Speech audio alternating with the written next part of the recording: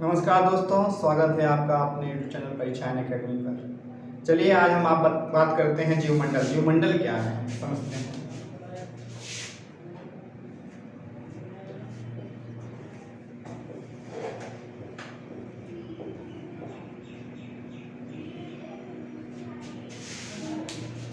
पहले एक डायग्राम बनाते हैं फिर समझते हैं। हम जानते हैं पृथ्वी पर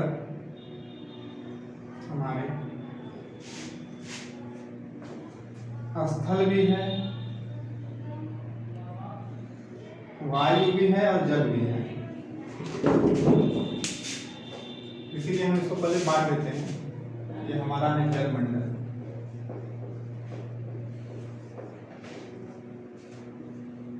ये वायुमंडल,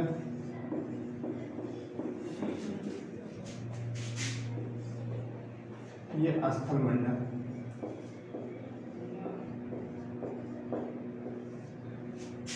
समस्त पृथ्वी पर जल मंडल, वायुमंडल, स्थल मंडल, ये मंडल जो है इनमें जो एक संबंध होता है आपस का। यहाँ देख रहे होंगे डायग्राम में। इस भाग को हम जैव मंडल कहते हैं या जीव मंडल। क्यों? क्योंकि ये वातावरण यहाँ का जैसे कि स्थल, जल और वायु तीनों एक साथ मौजूद रहते हैं।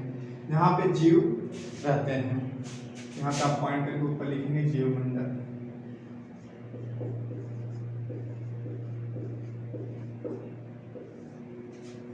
जैव मंडल का अर्थ ये होता है कि पृथ्वी पे जहाँ जीव निवास करते हैं उसे हम जैव मंडल कहते हैं। तो आइए देखते हैं, परिभाषा है हमारे सामने।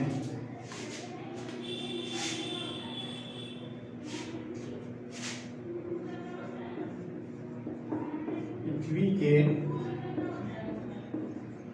समस्त जीवित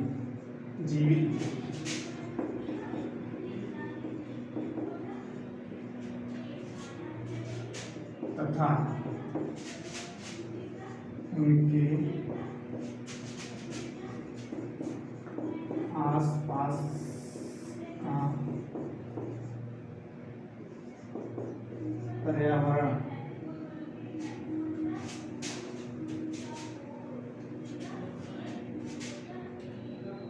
पृथ्वी के समस्त जीवित जीव तथा उनके आसपास का पर्यावरण के साथ अंतरक्रिया।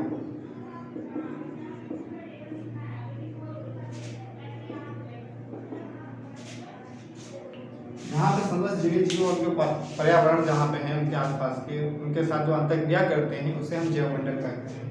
तो जैवमंडल जैसे हम देखते हैं कि हम इसका मतलब कि जो मौजूद है कितने भाग में मौजूद है इसको हम देखते हैं।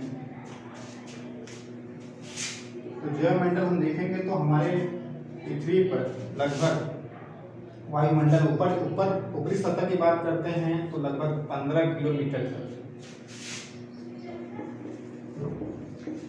वायुमंडल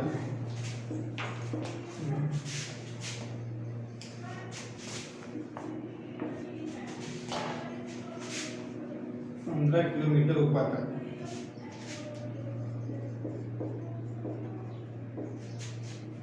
जीव जिसमें बैक्टीरिया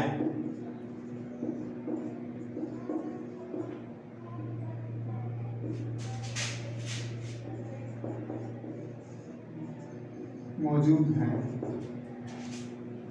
वायुमंडल में 15 किलोमीटर ऊपर तक जीव जिसमें बैक्टीरिया मौजूद है। और इसी की बात करते हैं जैसे स्थल में नीचे गहराई में जाते हैं कि कितने मतलब कि नीचे तक जीव मौजूद रहते हैं।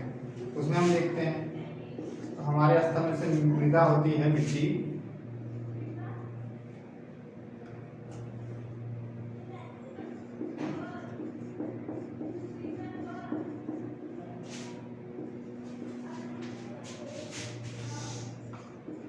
मृदा के नीचे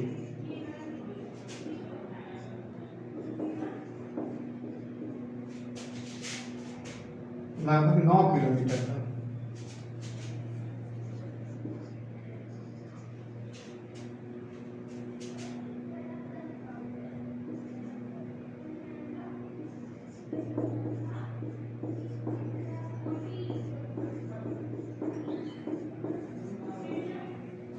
मृदा के नीचे 9 किलोमीटर तक जीव पाए जाते हैं।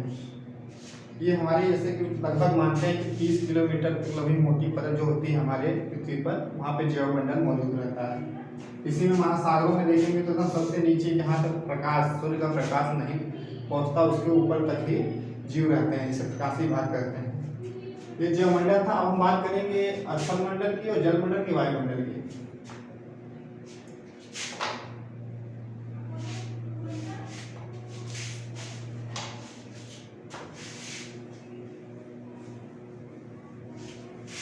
जैवमंडल के ही सब घटक हैं संगठन, जैसे कि स्थल मंडल, जल मंडल, वायुमंडल। इसको एक एक करके हम लोग समझ रहे हैं।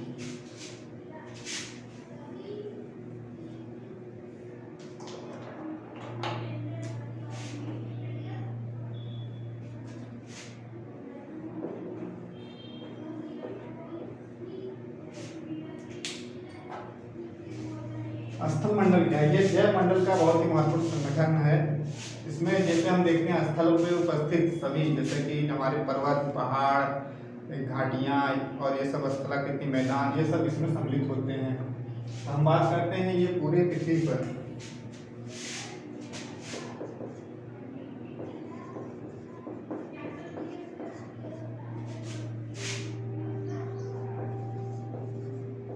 प्रमुख स्थलाकृति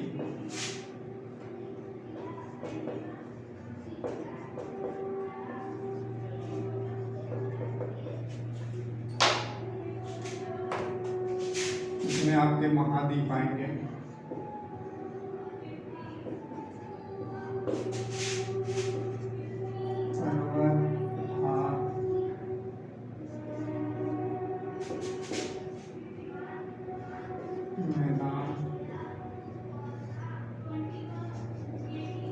इत्यादि भाग स्थल मंडल कहलाते हैं।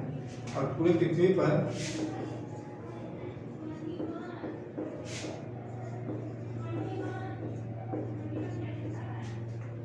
71% बात करते हैं।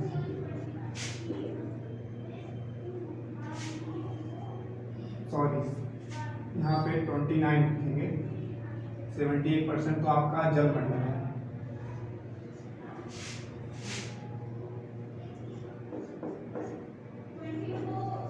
स्थल है जो लगभग 15 करोड़ वर्ग किलोमीटर में फैला है। स्थल मंडल में सबसे ज्यादा घेरे हुए हैं महाद्वीप। महाद्वीप जैसे हम देखते हैं कि हमारे पूरे पृथ्वी पर 7 महाद्वीप हैं। सातों महाद्वीप को एक एक करके देखते हैं। चलिए बात करते हैं जो हमारे स्थल मंडल में सबसे ज्यादा जो घिरे हुए क्षेत्र है महाद्वीप का, उसको देखते हैं। तो महाद्वीपों में हमारे देखते हैं कि 7 महाद्वीप हैं पूरे अपने पृथ्वी पर। तो सबसे बड़ा जो महाद्वीप है वो एशिया महाद्वीप है।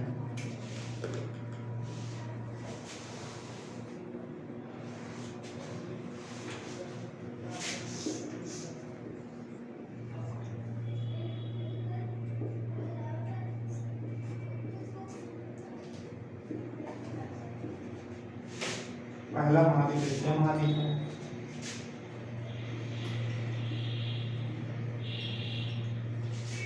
जो लगभग हम देखेंगे 29.5% क्षेत्रफल को कवर करता है। फिर इसी में हम देखते हैं दूसरा, एशिया के बाद कौन सा महाद्वीप है? एशिया के बाद हमारा दूसरा है अफ्रीका। अफ्रीका महाद्वीप ये पूरे 20% कवर करता है।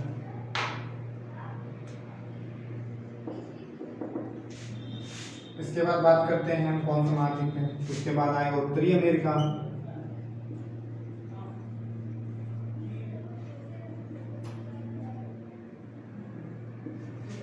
ये लगभग 16.5%।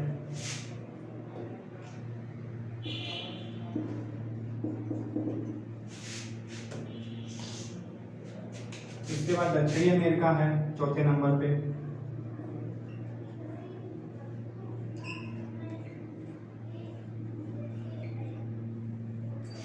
इसका जो क्षेत्रफल कवर करेगा ये है 11.8%।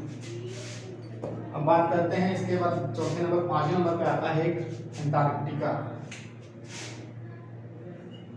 अंटार्कटिका महाद्वीप है हमारा। इसका जो भूभाग है 9.6% है।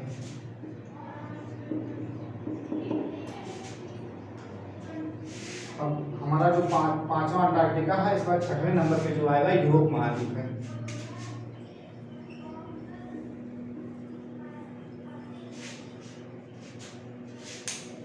6.5% क्षेत्रफल को कवर करता है। और सबसे आखिरी में सबसे कम क्षेत्रफल में देखते हैं ऑस्ट्रेलिया महाद्वीप में।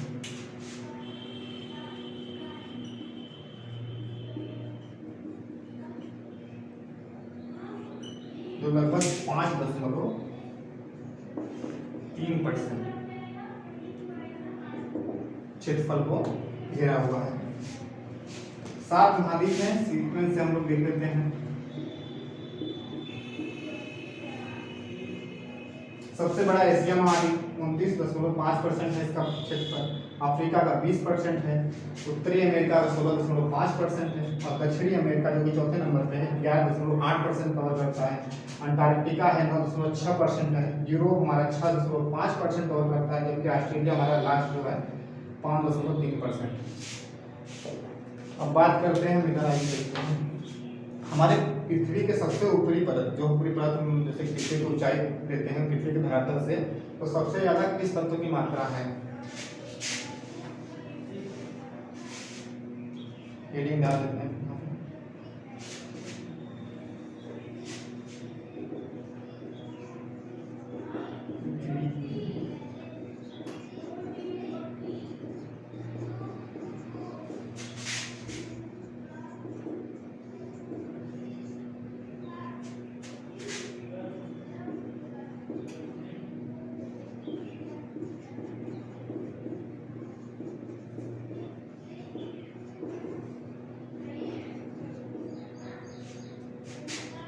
सबसे ज्यादा जो पाया जाता है पृथ्वी की सबसे ऊपरी परत पे ऑक्सीजन पाया जाता है।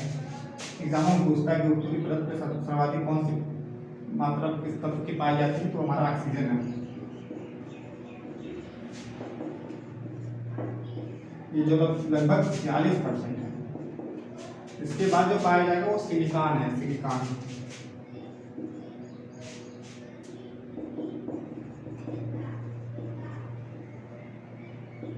सिलिकॉन कितना परसेंट? 28% है।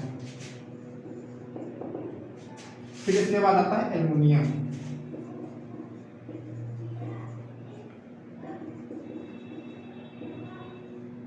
ये 8%। मतलब धरातल की बात कर रहे हैं, पृथ्वी सबसे ऊपरी परत पे वायुमंडल से लेके उसके धरातल तक, इसमें जो तत्व हैं यही ऑक्सीजन 46% है, सिलिकॉन 28% है और एल्युमिनियम 8%। और हम पूरे पृथ्वी की बात करते हैं, होल पृथ्वी, जैसे कि पूरे मृदा के नीचे तक की बात करते हैं पृथ्वी में।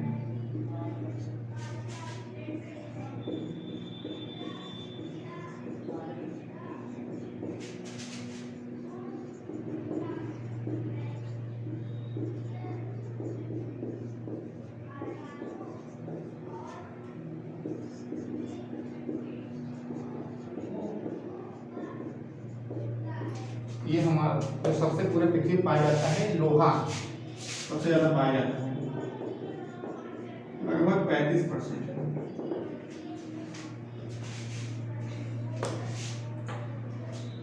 हमारे पृथ्वी जैसे परत की बात करते हैं तो उस पर ऑक्सीजन सबसे ज्यादा है, और पूरे पृथ्वी की बात करेंगे तब लोहा है, लोहा सबसे ज्यादा है। चलिए आइए देखते हैं चट्टान। चट्टान क्या है? हेडिंग डालते हैं चट्टान।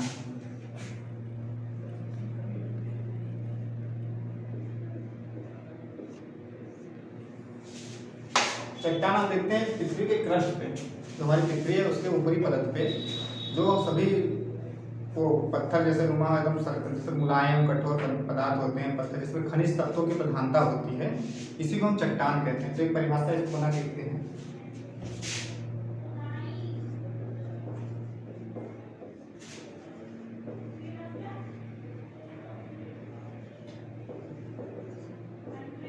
पृथ्वी के क्रस्ट पर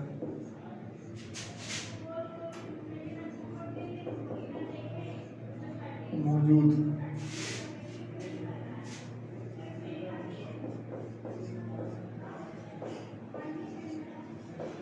कठोर व मुलायम।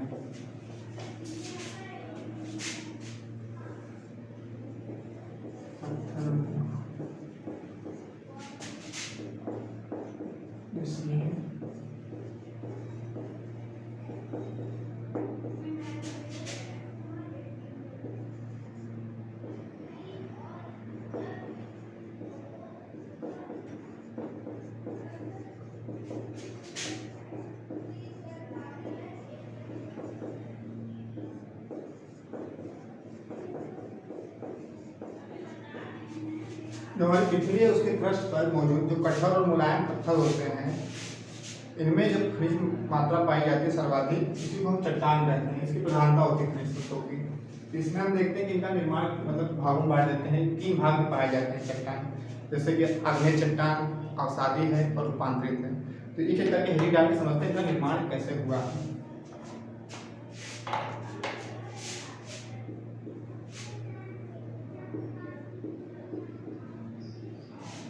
आग्नेय चट्टान हम जैसे देखते हैं, जो हमारा ये पृथ्वी पर ज्वालामुखी होते हैं, ज्वालामुखी जब विस्फोट होता है तो इसके अंदर, पृथ्वी के अंदर गर्भ में तरल पदार्थ जो होते हैं जिसे हम मैग्मा कहते हैं, यही जब विस्फोट के बाद बाहर निकलते हैं, जो लावा के रूप में बाहर निकलते हैं, फिर कुछ दिन पश्चात ये ठंडा होकर एक चट्टान रूप में दिखते हैं। तो इसमें मतलब खनिज तत्वों की प्रधानता होती है, इसी को आग्नेय चट्टान कहते हैं।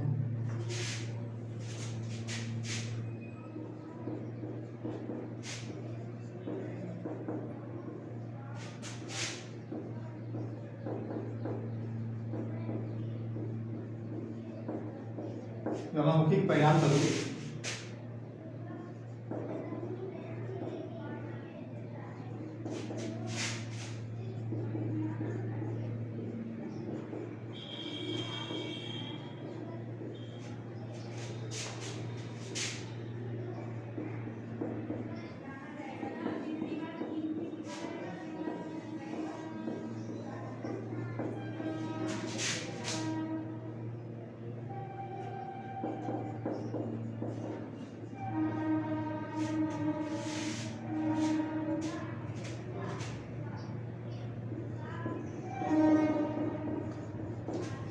ज्वालामुखी के परिणाम स्वरूप मैग्मा का बाहर निकलकर ठंडा होने के पश्चात जो निर्माण होता है, इसी को आग्नेय चट्टान कहते हैं। इसमें एग्जाम्पल में जैसे आप लिखेंगे,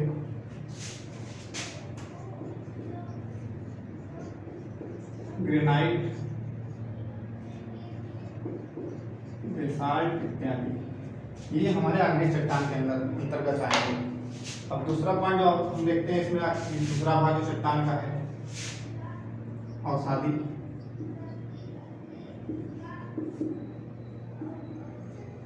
ये अवसादी चट्टान क्या होते हैं? अवसादी चट्टान जैसे हम देखते हैं कि ये जो अग्नेय चट्टान होते हैं हमारे, इन्हीं का एक रूप होता है।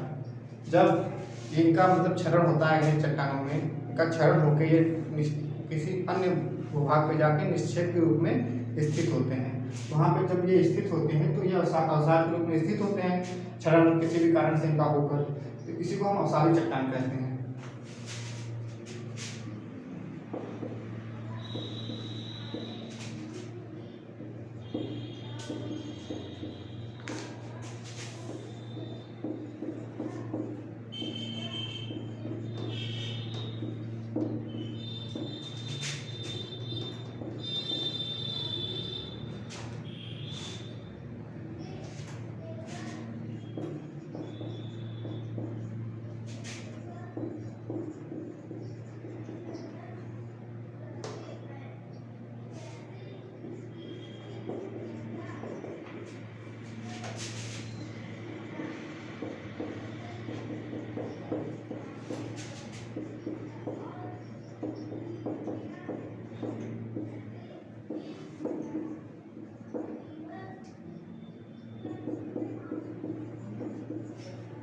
अग्नि चट्टान के टूटने फूटने के पश्चात किसी अन्य भाग पर निक्षेपित होते हैं, ये कौन? अवसादी चट्टान। इसमें एग्जाम्पल हम देखते हैं क्या क्या है। एग्जाम्पल में आप देखेंगे बलुआ पत्थर, चूना पत्थर इत्यादि।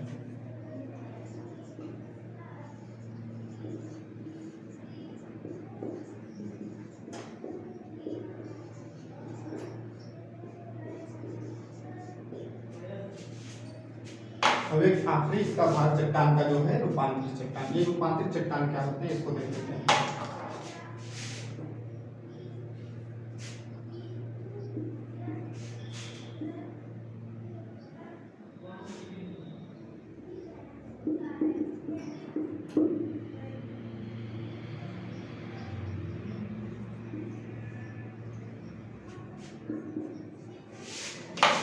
रूपांतरित चट्टान क्या है, इसे हम कायांतरित चट्टान भी कहते हैं। तो इसमें क्या होता है, जैसे कि देखते हैं दाब, अधिक ताप, दाब आदि के कारण रासायनिक प्रक्रम होता है, जिसमें इसी आग्नेय और अवसादी चट्टानों में जो ताप, दाब आदि के कारण रासायनिक प्रक्रमों के द्वारा ये रूपांतरित हो जाते हैं, ये चट्टानें ऊपर वाले। तो इसी जो बनते हैं इसी चट्टान को हम रूपांतरित चट्टान कहते हैं। तो लिखेंगे अत्यधिक आप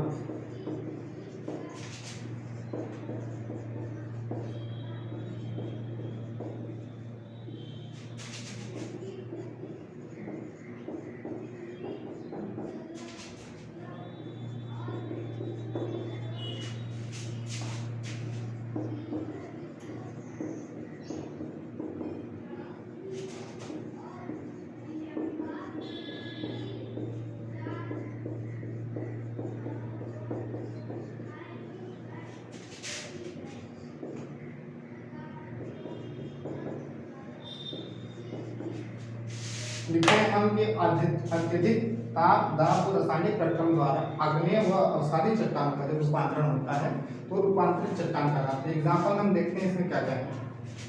एग्जाम्पल में आपके हैं ग्रेफाइट, संगमरमर,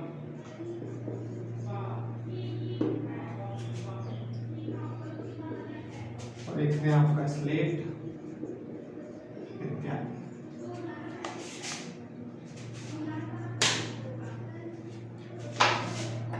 चट्टानों में आप लोग देख चुके हैं, हम अगला बात करेंगे हम। चलिए दोस्तों आगे बात करते हैं वायुमंडल की। वायुमंडल क्या है, तो हम देखते हैं वायुमंडल। वायुमंडल जो हमारी विभिन्न गैसें हैं वायुमंडल में, इनका एक संगठन होता है।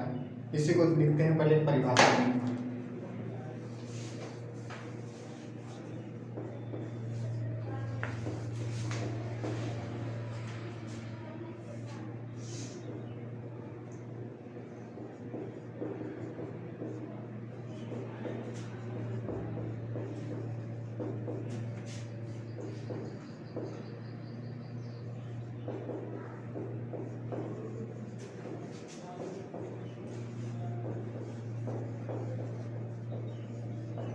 समस्त गैसों का एक घिरा हुआ आवरण, इसे हम वायुमंडल कहते हैं। वायुमंडल में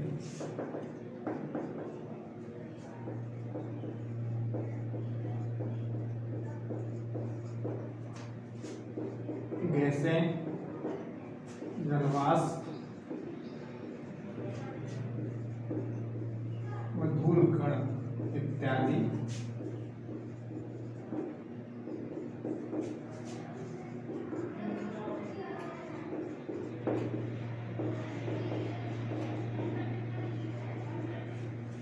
जो वायुमंडल है उसमें गैसें पाई जाती है, जलवाष्प और धूलकण, इन सबका एक संगठन होता है।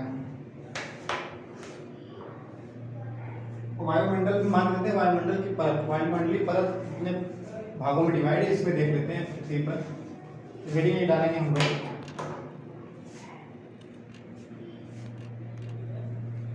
इसे इरेज कर लेते हैं क्योंकि एक डायग्राम से समझाएंगे आपको।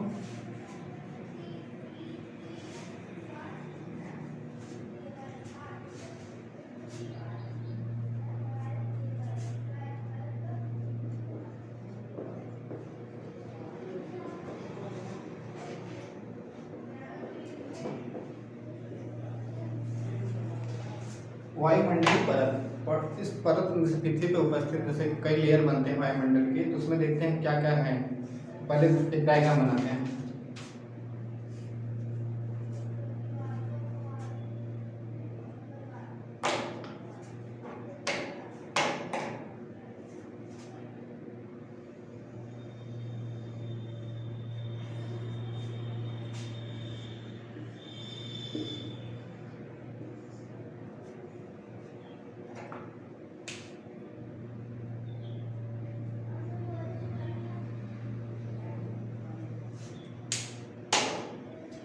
पृथ्वी पे सबसे जो हमारी पृथ्वी के पास की लेयर होती है वायुमंडल में, उसे हम क्षोभ मंडल कहते हैं।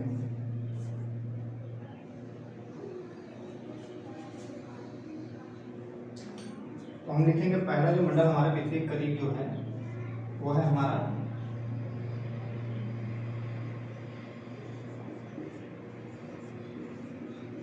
क्षोभ मंडल, इसे इंग्लिश में ट्रोपोस्फियर कहते हैं।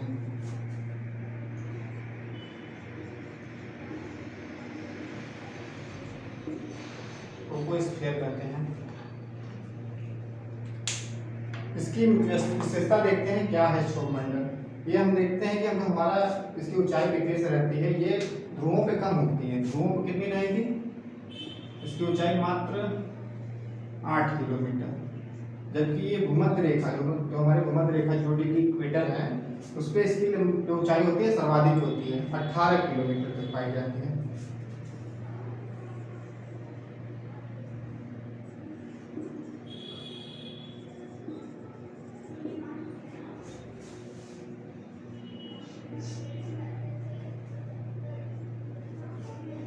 इसकी विशेषता क्या है? क्षोभ मंडल पृथ्वी की सबसे मतलब कि निचली परत है, और इसमें सबसे इम्पोर्टेंट होता है कि यहाँ पे सभी मौसमी घटनाएं होती हैं, जिससे बादल गरजना, बिजली का कड़कना, उसके बाद बारिश इत्यादि।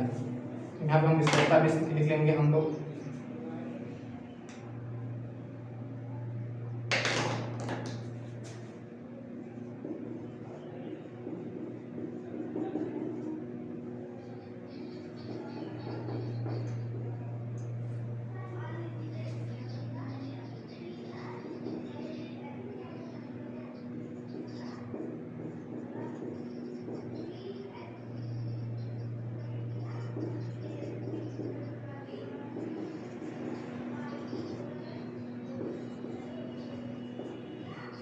ये सब वायुमंडलीय घटनाएं जो कि हमारे क्षोभ मंडल में ही घटित होती हैं, और इसमें एक मुख्य जो है इसका घनत्व तो ज्यादा होता है। इस मंडल में सर्वाधिक घनत्व होता है।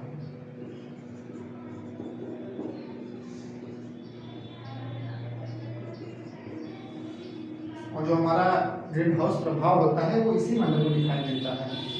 एक पॉइंट आप नीचे लिखेंगे, ग्रीन हाउस प्रभाव।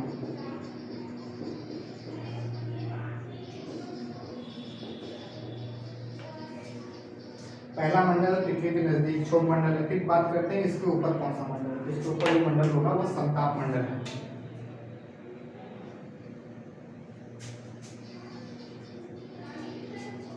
दूसरा मंडल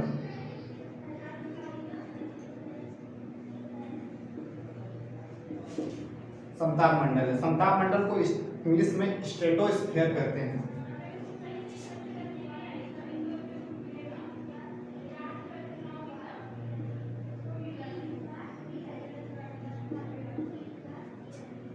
इसकी ऊंचाई देखते हैं। जो हमारी ऊंचाई है इसकी लगभग 50 किलोमीटर, धरातल से 50 किलोमीटर ऊपर समताप मंडल है।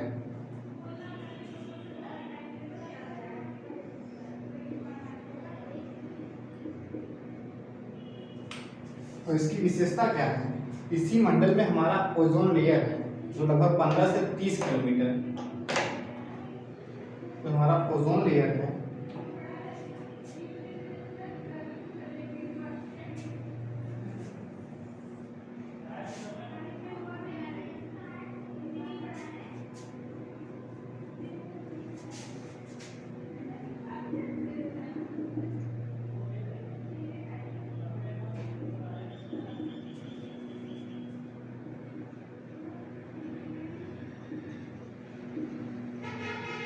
से 30 किलोमीटर ओजोन लेयर है समताप मंडल में, जिसे हम ओजोनो मंडल कहते हैं। ओजोन मंडल जो हमारे सूर्य होते हैं, सूर्य की किरण होती है पराबैंगनी किरण, उसको पृथ्वी पर जो सर्वाधिक हानिकारक किरणें होती है पराबैंगनी किरण, इनको यहाँ पे छान के तब पृथ्वी पर प्रकाश भेजते हैं। इसकी विशेषता है कि समताप मंडल में ही वायुयान उड़ता है।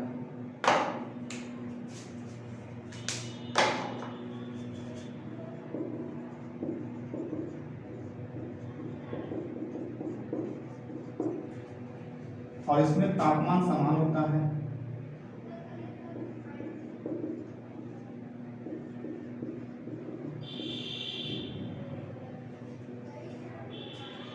इसमें कोई जो ये वायुमंडलीय घटनाएं, मौसमी घटनाएं इसमें नहीं हुई होती हैं।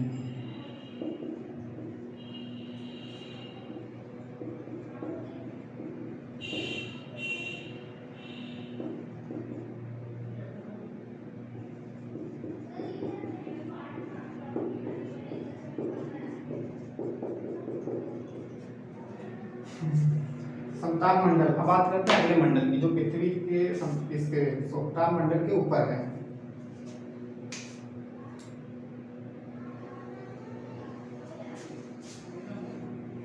तीसरा मंडल जो हमारा है इसे कहते हैं मध्य मंडल।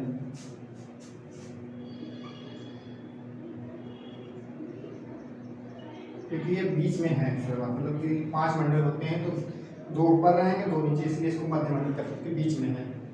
इसको इंग्लिश में कहते हैं मेसोस्फीयर।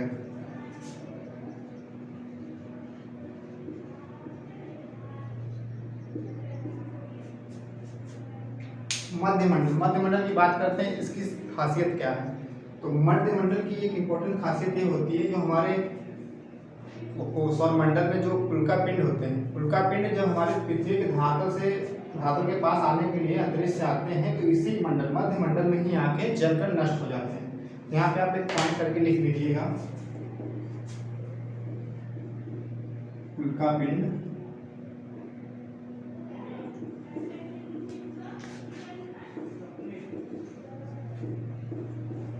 जलकर नष्ट होते हैं। और इसकी जो ऊंचाई हमारी है धरातल से 80 किलोमीटर। चलिए आगे चलते हैं, अगला मंडल देखते हैं। मध्य मंडल के ऊपर कौन सा मंडल है? पर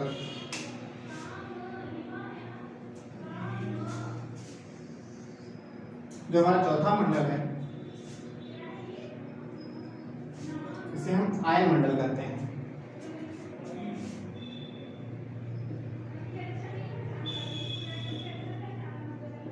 इंग्लिश में आयनोस्फीयर कहते हैं।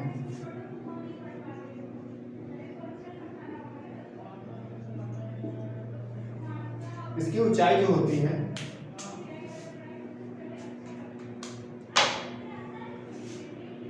ये 80 से, मतलब यहाँ तक आपका मध्य मंडल है, मध्य मंडल से 640 किलोमीटर, 640 किलोमीटर तक इसकी ऊंचाई है।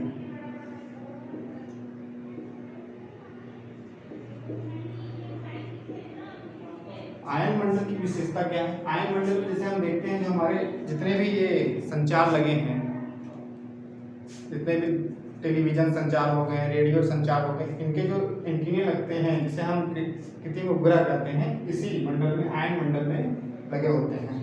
इसमें आप पॉइंट लाइट लिख सकते हैं।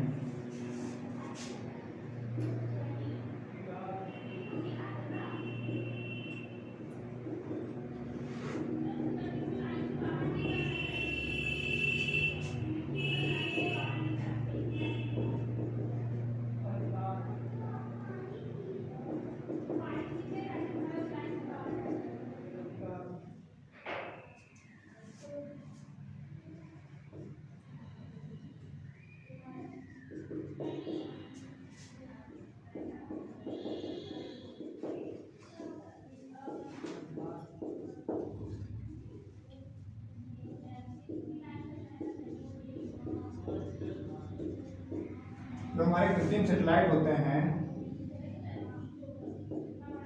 इसी मंडल में, आयनोस्फीयर में लगे होते हैं। इसकी विशेषता है मुख्य। अब बात करते हैं सबसे ऊपरी, जो सबसे मतलब पृथ्वी की सबसे ऊपरी परत जो होती है, मतलब कि मंडल वायुमंडलीय, इसमें बात करते हैं। इसमें जो हमारा सबसे ऊपरी है वह वायुमंडल है। हमारा 5वां मंडल होगा वायुमंडल।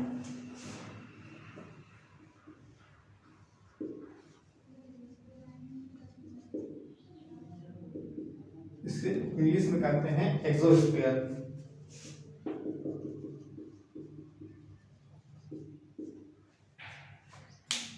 ये अनंत तक, मतलब कि हमारा जो आयन मंडल की बात से शुरुआत होती है इसकी, तो ये पूरे ब्रह्मांड में फैला हुआ वायुमंडल कहते हैं। इसमें इंपॉर्टेंट विशेषता इसकी है कि इसमें हाइड्रोजन,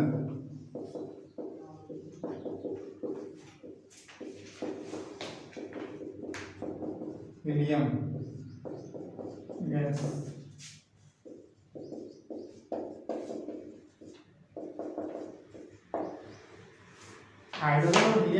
जो हमारा पाया जाता है वायुमंडल में, इसकी मुख्य विशेषता है। वायुमंडल की बात होगी, अब बात करेंगे हम जलमंडल की।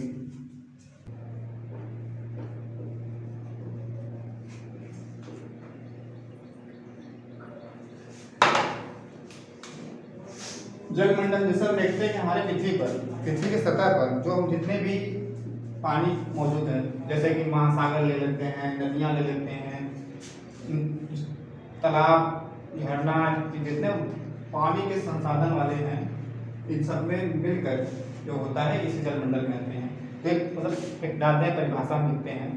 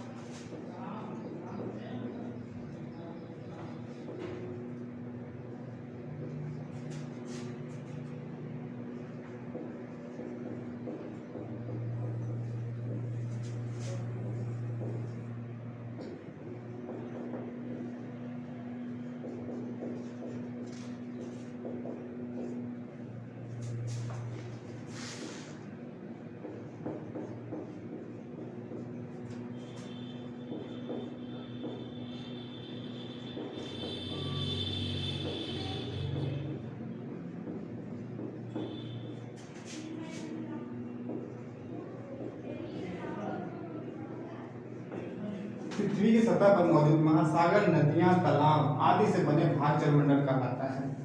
जैसे इसमें हम देखते हैं कि जो हमारी पृथ्वी पर समस्त क्षेत्रफल है उसमें 71% जल से घिरा हुआ है।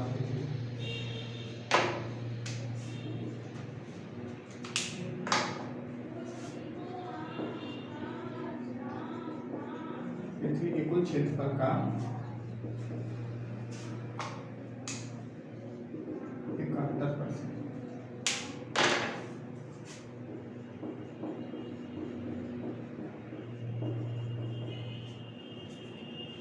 पृथ्वी के कुल क्षेत्र का 71% जलमंडल है और 29% जो हम बात किए थे स्थल मंडल में, 29% स्थल मंडल है। अब हम देखते हैं कि ये जलमंडल में कुछ जलीय संगठन है, मतलब इनके डिवाइड किए गए हैं किस क्षेत्र में जलमंडल से बना हुआ है। इसको जल की हेडिंग डालेंगे।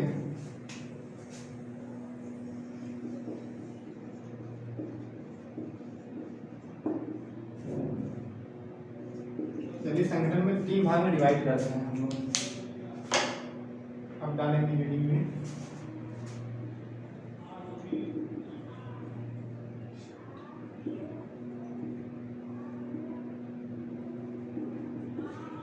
जो हमारा भूपृष्ठीय जल होता है,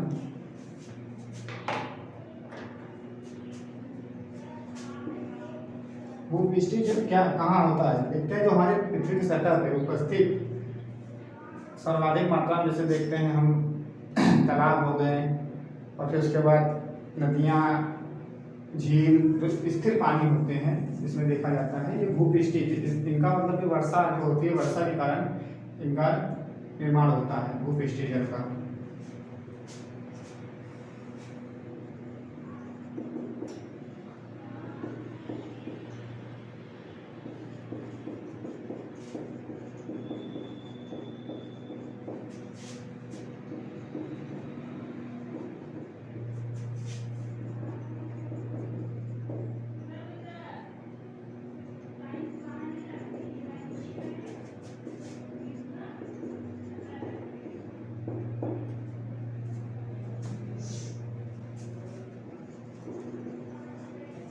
भूपृष्ठीय जल में पृथ्वी की ऊपरी सतह पर उपस्थित तालाब, झील, नदियां आदि आते हैं। इसका जो स्रोत होता है वाटर का, पानी का, वो वर्षा के द्वारा प्राप्त होता है।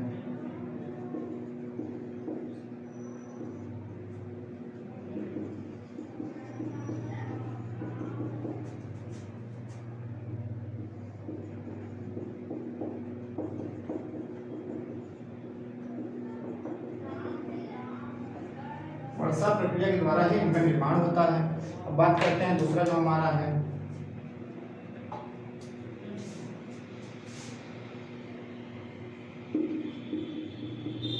भूमिगत जल।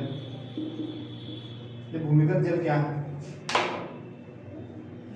भूमिगत जल जैसे कि हम देखते हैं कि हमारे पृथ्वी के नीचे सुराखों में जैसे रिक्त स्थान में जल का भराव होता है। ये भराव जैसे हम हैंडपंप यूज करते हैं वो नीचे से पानी आता है, तो ये सब हमारे भूमिगत जल में स्रोत में आएंगे।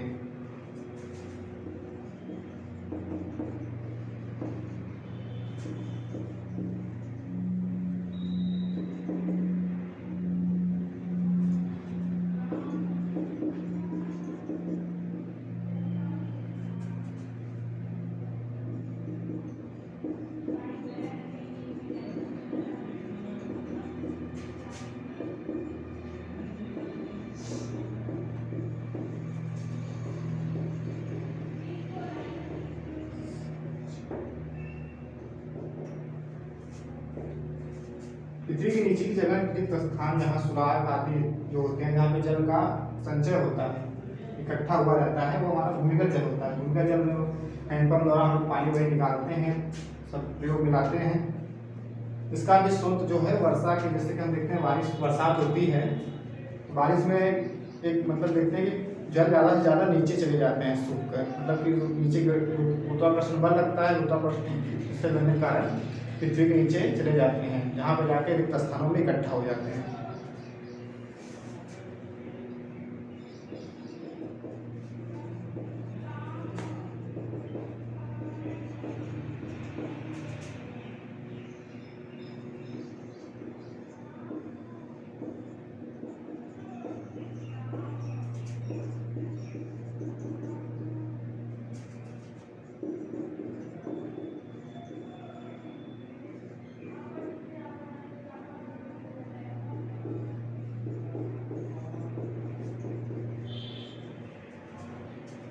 अगला बात देखते हैं महासागरीय जल।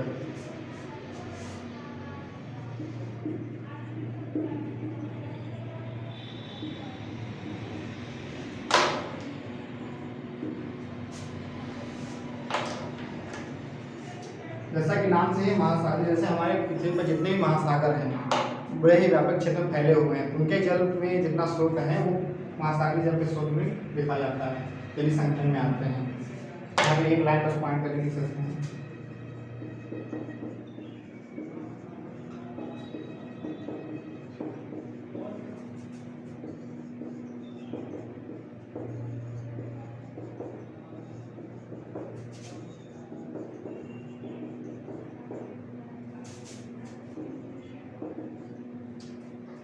यह जल लवणीय जल होता है क्योंकि महासागरों में पाया जाता है।